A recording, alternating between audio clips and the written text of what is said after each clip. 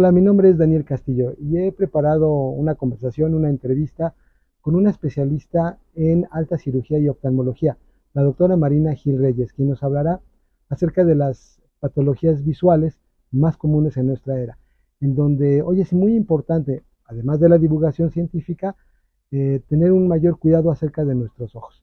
Es interesante esta entrevista. Dos, uno. Hola, buen día. Bueno, pues mi nombre completo es Verónica Marina Gil Reyes. Todo el mundo me conoce como Marina Gil. Y bueno, yo soy médico cirujano, quien después hizo una especialidad en oftalmología.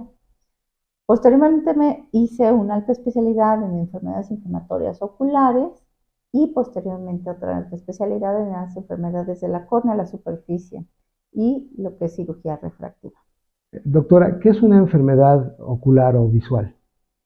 La enfermedad ocular es todo aquello que va a afectar directamente a los ojos, ya sea de una manera primaria, que es por el ojo, o por una manera secundaria, por alguna afección sistémica que va a tener repercusión en la calidad de la visión o alguna alteración dentro de alguna estructura ocular. ¿Qué enfermedades afectan más hoy en día a los mexicanos? Las enfermedades Visuales. que, pues, digo, en general, o sea, el motivo de consulta a nivel de medicina general, quizás representen un 4 o 5% de la consulta de todas las enfermedades.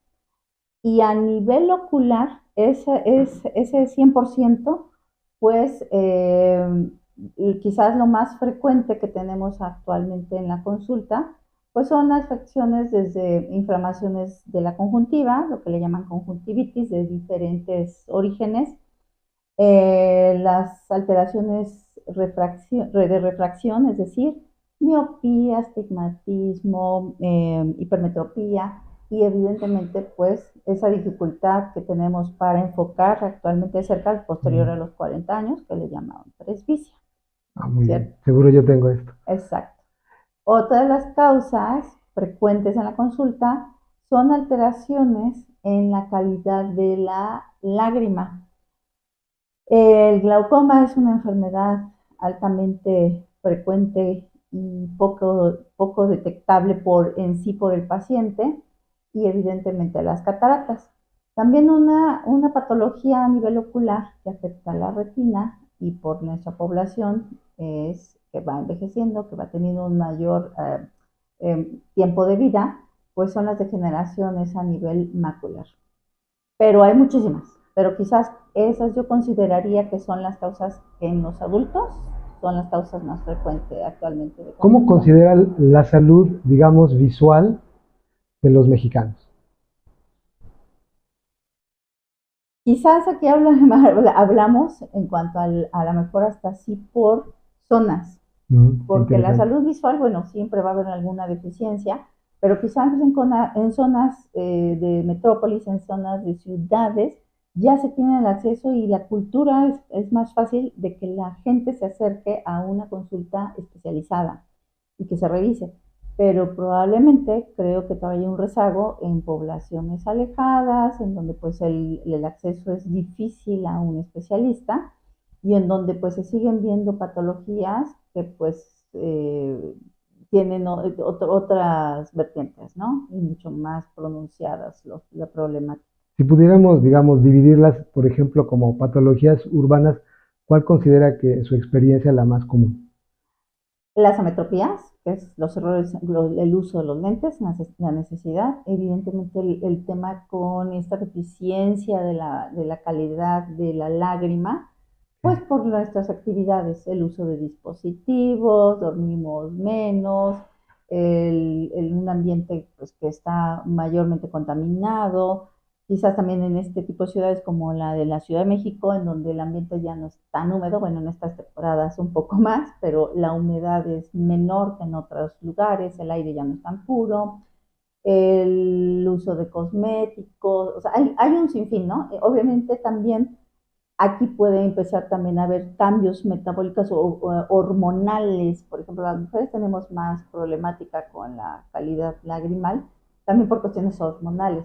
el uso de medicamentos, a veces tenemos que utilizar medicamentos, ya sea locales para alguna patología en particular en el ojo, como en el glaucoma, y que es de uso crónico, o por medicamentos sistémicos que tenemos por alguna otra enfermedad, desde una hipertensión, una diabetes, la misma diabetes, o sea, en sí la misma enfermedad me puede conllevar, pero también el uso de algunos medicamentos. Entonces es una cuestión multifactorial y que en la ciudad pues quizás se exacerba. Y digamos, en las zonas rurales, en el caso de México, ¿cuáles serían las patologías más comunes? Pues las zonas rurales considero que, pues evidentemente también por la exposición al viento, al sol, a estas agresiones naturales, pues también viene ahí los cambios inducidos por esa inflamación crónica de la superficie, como esas carnosidades que se llaman terigiones, que son las carnosidades, como las cataratas por esa exposición a radiación ultravioleta. Y evidentemente, pues bueno, también las deficiencias o alteraciones nutricionales que a veces no necesariamente por estar en un campo se tiene una mejor nutrición, no necesariamente. Y pues tenemos también estas patologías de un descontrol metabólico como una diabetes y su relación hacia retina, hacia la parte de la superficie del ojo y evidentemente pues en el desarrollo de las cataratas. Entonces también yo creo que consideraría y resumiendo es cuestiones o afecciones de ojo seco como carnosidades, alteraciones también de visión por deficiencias en la adecuada corrección óptica, las cataratas y las enfermedades metabólicas y su relación o asociación a la afección De ocular. las enfermedades metabólicas ya ve que está muy de moda ahora, de moda. Eh, Tenemos los primeros lugares en diabetes, eh, hipertensión. ¿Cómo estas enfermedades, no sé si sea correcto decir metabólicas, afectan la calidad visual? ¿Cómo influyen? ¿Cómo es esta relación? Bueno, evidentemente esto va en relación a un desconocimiento a veces de padecer la enfermedad y a veces, aún conociéndolo, en llevar un adecuado control de la enfermedad que lo está causando. Entonces, hablando de la diabetes, pues la diabetes a nivel ocular, pues va a tener alteraciones en cómo la sensibilidad, me va a alterar la sensibilidad, por ejemplo, del ojo, y eso me va a conllevar a que la lágrima a lo mejor tenga malfunción, malproducción, y eso nos lleva a lo que es el ojo seco. Entonces, ojo seco se traduce como ojo rojo, sensación de basura, comezón, alteraciones en cómo estoy enfocando, ¿no? Molestia con la luz o incluso visión borrosa. Esto es a nivel de la superficie. Más en medio, digamos, el cristalino, que es un lente natural, naturalmente tiene una graduación que nos va a proporcionar una cantidad de enfoque hacia adentro de nuestro ojo. Este cristalino va a empezar a perder esa transparencia, esa cristalinidad por cambios en esos flujos que está circulando el azúcar, digamos, ¿no? En exceso en todo nuestro organismo, y va a empezar a actuar como una esponjita, lo que les explico que hace que empiece a tener cambios esa estructura transparente. Eso se llama catarata. Okay. Y en la parte posterior, que es la retina, donde están los vasos, puede empezar a haber alteraciones en el mecanismo de los vasos, en su impermeabilidad por ese aumento del azúcar circulando, en donde puede hacer que los vasitos pierdan esa permeabilidad y empiecen a encharcar hacia el contexto que es los fotorreceptores que es la retina, y eso empieza a darme como consecuencia mala oxigenación y lo que le llamamos retinopatía diabética en diferentes grados. Un grado leve, moderado, algo más importante, o incluso que empiece a inducir la necesidad o que el organismo diga, ¿sabes qué? Estoy tan encharcado, no tengo oxigenación, mándame mecanismos para intentar recuperar la oxigenación, que son los nuevos vasos, que ya sería una parte neovascular. Y el tratamiento pues va a variar dependiendo en el estadio del grado. donde se encuentre.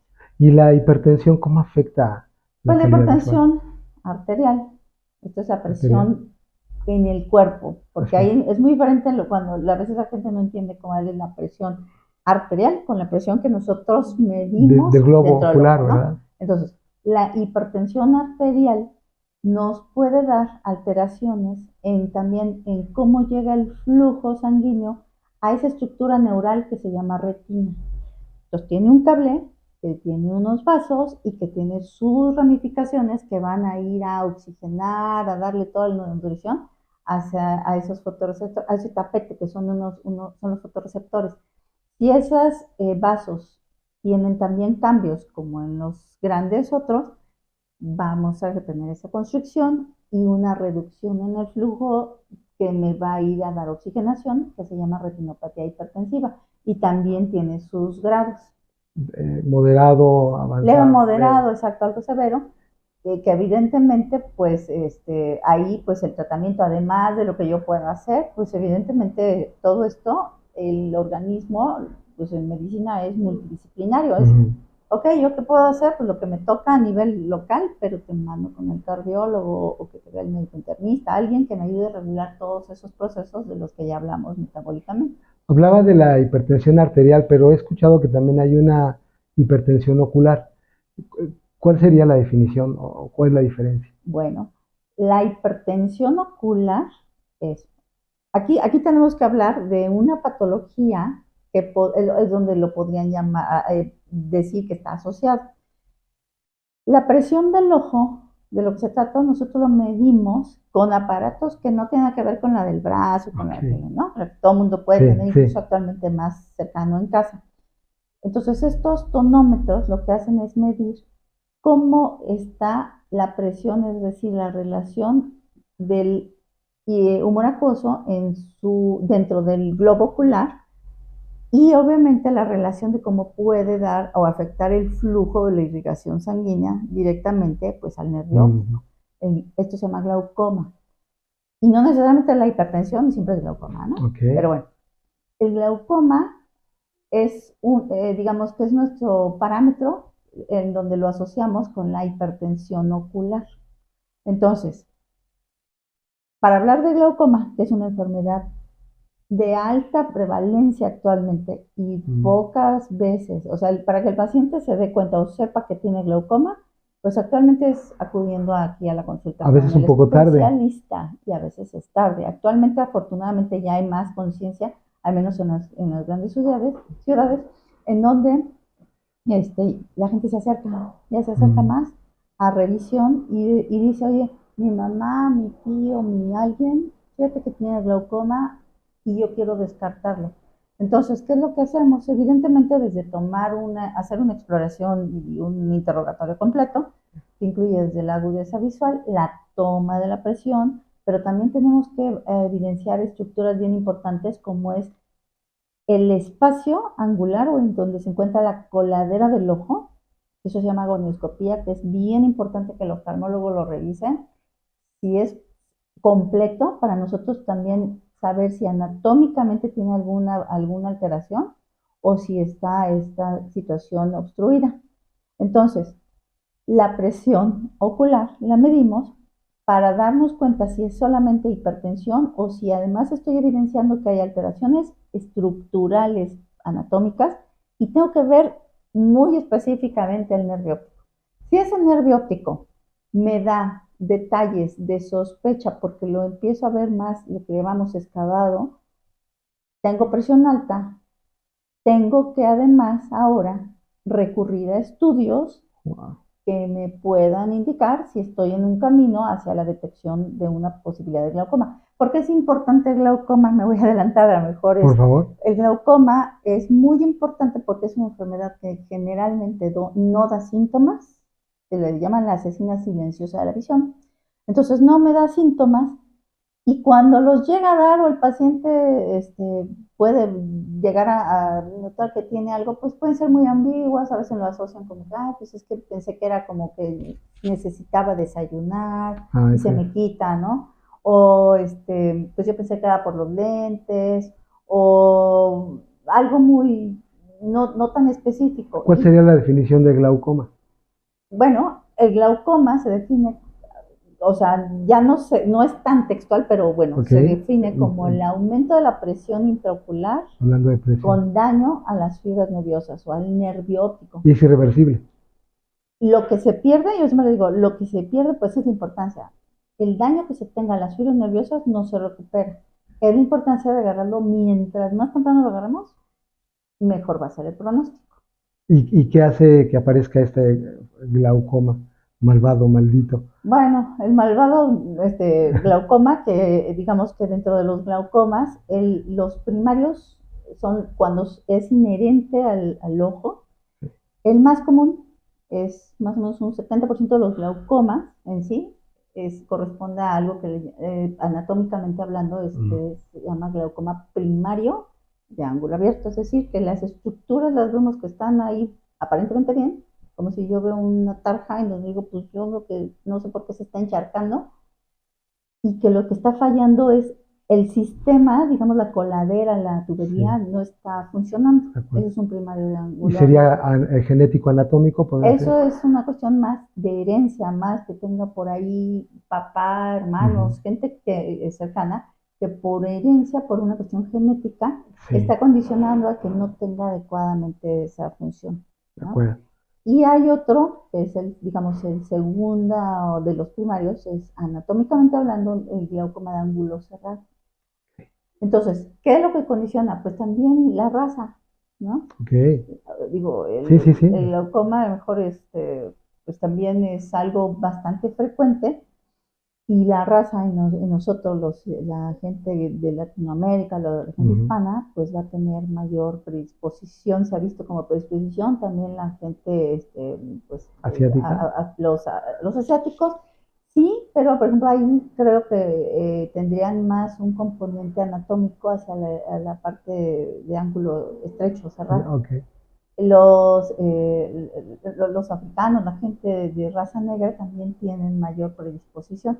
Pero en general sí es una enfermedad que a nivel mundial afecta tremendamente y el problema es que es una causa de ceguera prevenible. Qué triste, Qué porque triste. siendo prevenible. ¿Y cómo Ya no es podemos, válido que se queden sin ver, así es, ¿no? Por un glaucoma no detectado a no- tiempo. cómo podríamos, digamos, identificar si no hay como síntomas tan claros o si los hay, qué sería lo recomendable hacer para prevenirlo? Pues lo recomendable siempre es, así como va uno al médico a mi chequeo médico, pues tienes que venir al médico oftalmólogo, acude al oftalmólogo a que se haga su revisión anual, como ir al dentista anualmente, como ir a tu chequeo, ¿no? Cardiólogo, Digo, en el caso de mujeres, pues uno va al ginecólogo anualmente a hacer todos sus estudios. La gente tiene que saber que es una de las estructuras que hay que más, cuidar, y que que no nada más son lentes, porque la gente a veces dice, es que yo me reviso todos los años, me hago un cambio de lentes. Sí, pero los ojos no nada más es cambiarse los lentes, no es nada más eso. Tiene tanta patología y que a veces pasa desapercibida, como el glaucoma, que es algo que sí es una importancia absoluta. aprovechando el camino, hay todavía mucha confusión entre optometrista y oftalmólogo, entonces se confunde pensando que uno puede hacer el trabajo del otro. Bueno, no es que, o sea, yo creo que es un gran aliado, siempre el optometrista es un gran aliado, o sea, digo, la diferencia es, optometrista hay, pues, a lo mejor variantes, ¿no? Desde hay gente que son técnicos, Ujú. pero hay gente con una carrera que con nosotros, aquí tenemos gente que nos apoya, que es una gran aliada, que es Una gran la experiencia. especialista, digamos, todo este tema de las graduaciones, saber perfectamente cómo hacer adaptaciones de un lente de contacto correctamente, una graduación bien tomada, el uso de a veces hasta dispositivos, de filtros, cuáles son las mejores opciones, ¿no? Y eso es una carrera. La oftalmología es primero hacer medicina y después hacer la especialidad específicamente hacia los ojos y toda su relación con el resto. Pero a veces nos vertimos un poquito a más especialidades hacia ciertas áreas. Por ejemplo, en el tema de la córnea, pues a veces uno dice, bueno, ¿qué más específico? A lo mejor en procedimientos quirúrgicos, en tratamientos de ciertas enfermedades un poco más complejas, ¿no?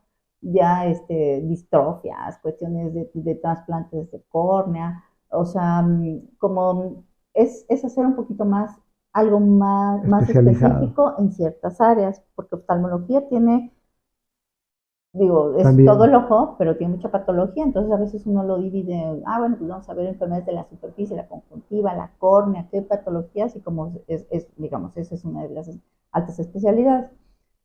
Pero también está el segmento anterior, ¿no? A lo mejor es un poquito más adentrarse, que eso generalmente ya los oftalmólogos sabemos manejar, esta parte de la extracción del cristalino, ¿no? Las cataratas, entonces también eso Córnea lo hace actualmente porque muchas veces ya uno corrige desde el cristalino afecciones de graduación.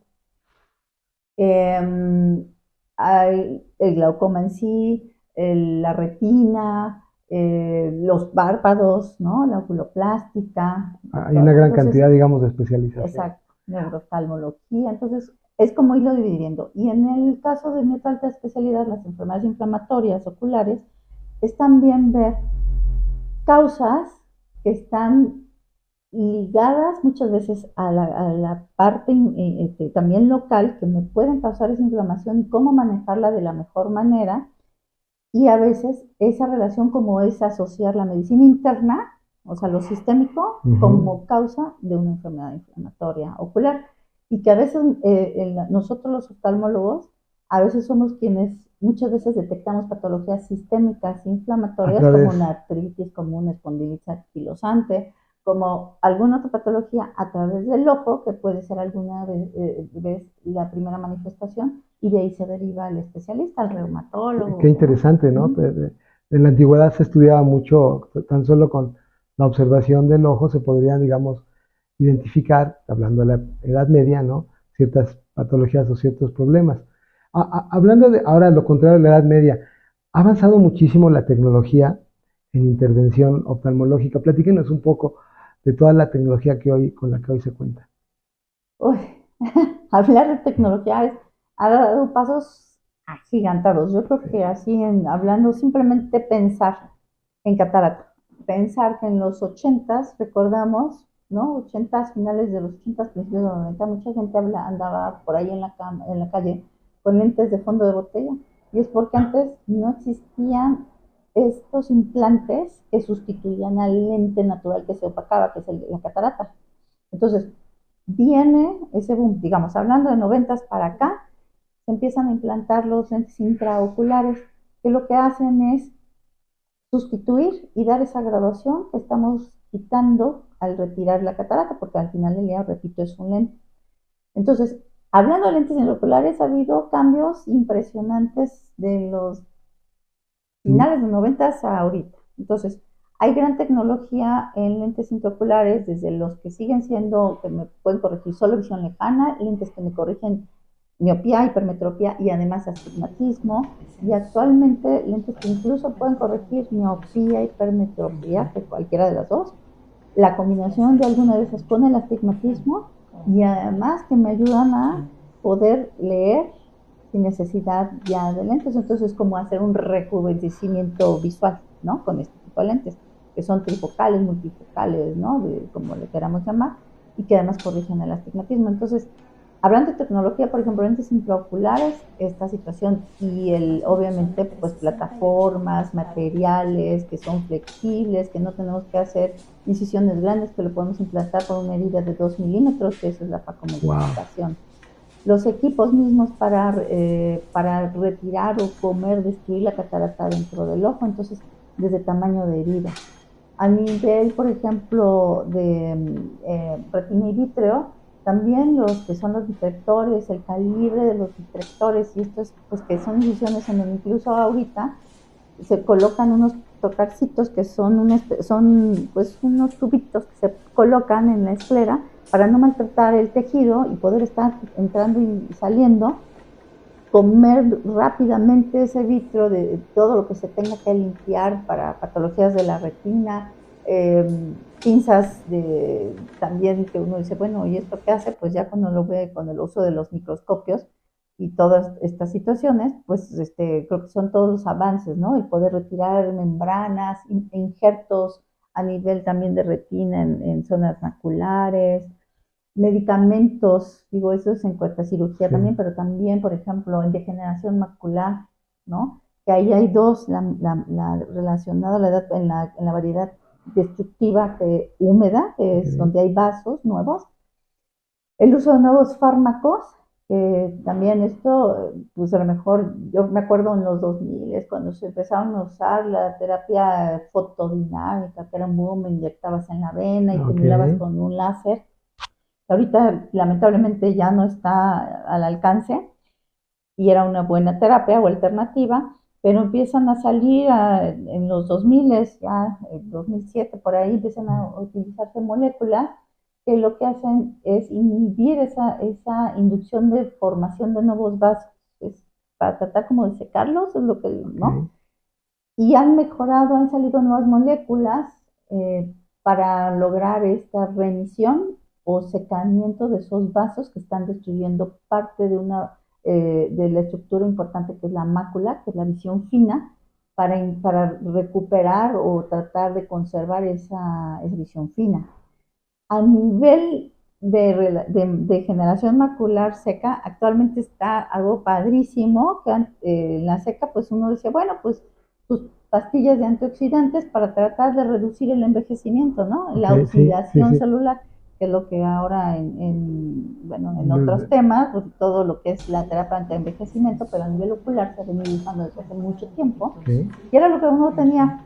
Y actualmente lo nuevo es la fotobioestimulación, que ahorita ya empieza a haber equipos, está padrísimo, porque se ha visto esos resultados en que se ponen esta estimulación con luz, son luces especiales, y se ve la reducción de estas drusas o este cúmulo de toxinas hacia igual los fotorreceptores.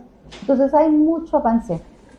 A nivel de glaucoma también, evidentemente, pues moléculas que se han venido usando, que a lo mejor pues han salido cuestiones de mejora, digo, láser como para mejorar, esto es actualmente la primera alternativa, que es la trabeculoplastia selectiva, pero también las moléculas que han sido buenas desde hace añísimos, que se siguen utilizando para reducir producción de humor acuoso, moléculas para mejorar el flujo de salida del humor acuoso en la malla trabecular, en el sistema de drenaje, y cuando esto no es suficiente, cuando no funciona, pues también hay nuevas tratamientos quirúrgicos de lo que son microimplantes para mejorar la salida del humor acuoso y poder de esa manera bajar la producción del humor acuoso. Y hay muchas cosas, ¿no? Pero también saber que seguimos siendo médicos y que nosotros también tenemos que estar siempre en relación con otras áreas, porque también, por ejemplo, el glaucoma, hay veces que uno dice, yo estoy utilizando mis gotas, mi presión está intraocularmente hablando baja, pero me sigue avanzando, ¿qué está pasando? Hay veces que hay patologías asociadas, como una apnea, que tenemos que estar en relación con médicos que vean esta situación, ¿no? O sea, como la oxigenación multidisciplinario, sueño, digamos. Es multidisciplinario, o puede ser que a lo mejor la misma molécula que estoy usando me está bajando la frecuencia cardíaca y es una de las cuestiones que me están dando este mal flujo a nivel del nervio óptico. Entonces, sí tenemos que estar bien atentos a muchísimas cosas, a lo que nuevas tecnologías, pero a lo que ya tenemos y que funciona o que puede estar afectando. Entonces me quedo hasta, digo, entre otras tantas cosas, que no podemos seguir viendo, digamos, a los pacientes de manera, digamos, segmentada, sino multisistémico, holístico, sí, integral. Aquí, digo, el ojo, pues muchas veces nos da, bueno, es esto localmente se resuelve el problema, que generalmente así es, listo, bye. Pero hay otras patologías que no nada más nos toca a nosotros resolver y que tenemos que trabajar en conjunto y en comunicación con otras áreas, con el reumatólogo, con el neumólogo, con el médico del especialista en sueño, con el médico internista, con el cardiólogo. Y en ese sentido, doctora, digo, para ir cerrando esta parte 1. O hasta el infectólogo, ¿eh? Ok, sí, wow. Con la edad, ¿cuáles son las enfermedades visuales o las patologías más comunes con las que se ha encontrado de acuerdo a su experiencia. Es Bueno, decir, conforme vamos envejeciendo. pues como vamos envejeciendo con el desarrollo de las patologías de necesidad de cambio de graduaciones, la catarata que ya hemos platicado, el glaucoma, la degeneración macular relacionada a la edad. Y evidentemente todas las alteraciones inflamatorias que conllevan a la superficie, que me va a dar como consecuencia una mal calidad de lo que le llamamos ojo seco. Okay. ¿Y qué podemos hacer, digamos, ciudadano de a pie? Me quedo con la primera desde un inicio, que sería acudir con el especialista. ¿Qué más podemos hacer en nuestro día a día? Bueno, en nuestro día a día es primero no automedicarse, porque muchas veces la persona tiene el ojo, voy a poner, tengo el ojo rojo, me pongo la gotita que me encuentro o la que me recomendó mi vecino o a veces, en el mejor de los casos, el de la farmacia, pero muchas veces la farmacia nos sugiere el uso de algunos antiinflamatorios esteroideos, corticoides, esteroides que les llamamos, y que no necesariamente es la solución y nos pueden acarrear más problemas. Bueno, por ejemplo, mucha gente me dice, oye, la manzanilla, ¿no? Ah, por ejemplo. ¿No? Que me dice, oye, ¿me puedo poner gotas de manzanilla? Ah, depende, ¿no? Actualmente, bueno, pues si se quieren comprar el que ya hay con ese nombre, está bien, ¿no? Porque ya es un producto que de alguna manera es un poquito ya pensado para esos fines, comercial, pero tampoco es malo y sirve. Ahora, oye, la manzanilla no se recomienda. Oye, para hacerme un lavado, pues hay ocasiones, está bien, pues es el remedio de la abuelita, pero no es lo recomendable porque también es un producto de tipo donde lleva una hierba, ¿no? Que es la manzanilla, y que si hay un tema alérgico puede exacerbarlo. Y que si yo lo uso en mayor constancia, pues me puede incluso resecar más, porque es un astringente. Claro. Entonces, oye, ¿qué puedo hacer? Primero, no automedicarse. Ante algún síntoma como el ojo rojo lo que me está determinando es que algo está pasando. ¿Qué? ¿Cuál es la causa? No sé. Y de ahí lo ideal es que nos podemos dar la solución, pues es una consulta con el especialista. Lo segundo es, pues, utilizar la graduación adecuada, es decir, hacer mi traje a la medida. Entonces también, ya sea, ahí se puede solucionar perfectamente con el optometrista, acudiendo a una óptica, y como he dicho, son unos buenos aliados. Muchas veces el optometrista, quien dice, yo estoy haciendo una graduación y yo veo algo raro que no puedo corregir, veo algo que no estoy, vete con el oftalmólogo. Claro. Entonces muchas veces es la gente que nos refiere. También que el médico general, pues que ojalá, eso es algo que se ha trabajado mucho, que no sea quien esté soltando antibióticos, claro, antiinflamatorios, esteroideos, porque también pueden tener consecuencias. Actualmente se está trabajando mucho en que el uso de los antibióticos también a nivel local pueden dar efectos secundarios a largo plazo en la flora y cueste trabajo incluso de llegar nuevamente a nuestro equilibrio, ¿no? De esa flora normal. Escuché o leí por ahí alguna vez que muchas de las enfermedades del cuerpo tienen que ver con una cierta inflamación del mismo y que a su vez pues se ataca. ¿Esto cómo afectaría en el tema de los ojos? Es decir, escuché que hay muchas inflamaciones. Bueno, al final del día el organismo responde ante alguna agresión, pues inflamándose, ¿no? Entonces, y esa inflamación, digo, hablando actualmente, creo que en todas las áreas, desde hace muchos años, se está hablando de, quizás me voy a ir un poquito a la microbiota, ¿no? Si yo tengo ese desequilibrio en esta microbiota, puedo tener un desequilibrio a múltiples niveles del organismo y dentro de eso pues puede afectar en sí el ojo.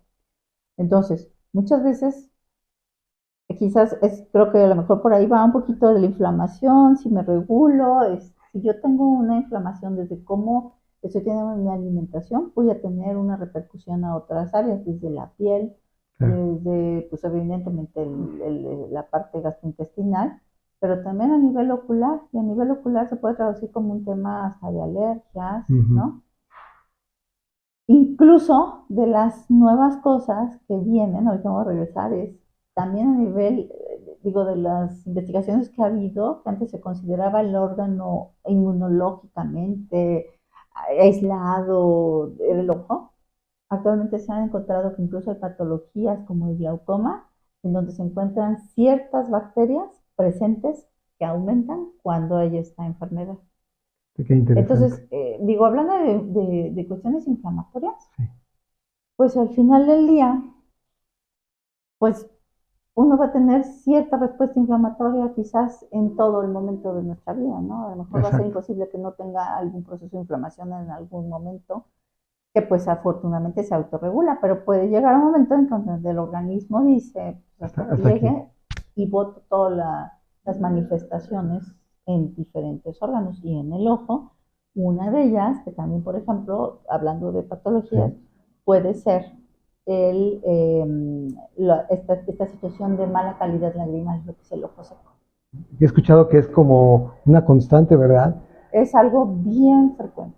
Yo creo que es de los temas por lo que la gente acude. Incluso el ojo seco tiene una repercusión hasta en la mala adaptación de mi graduación.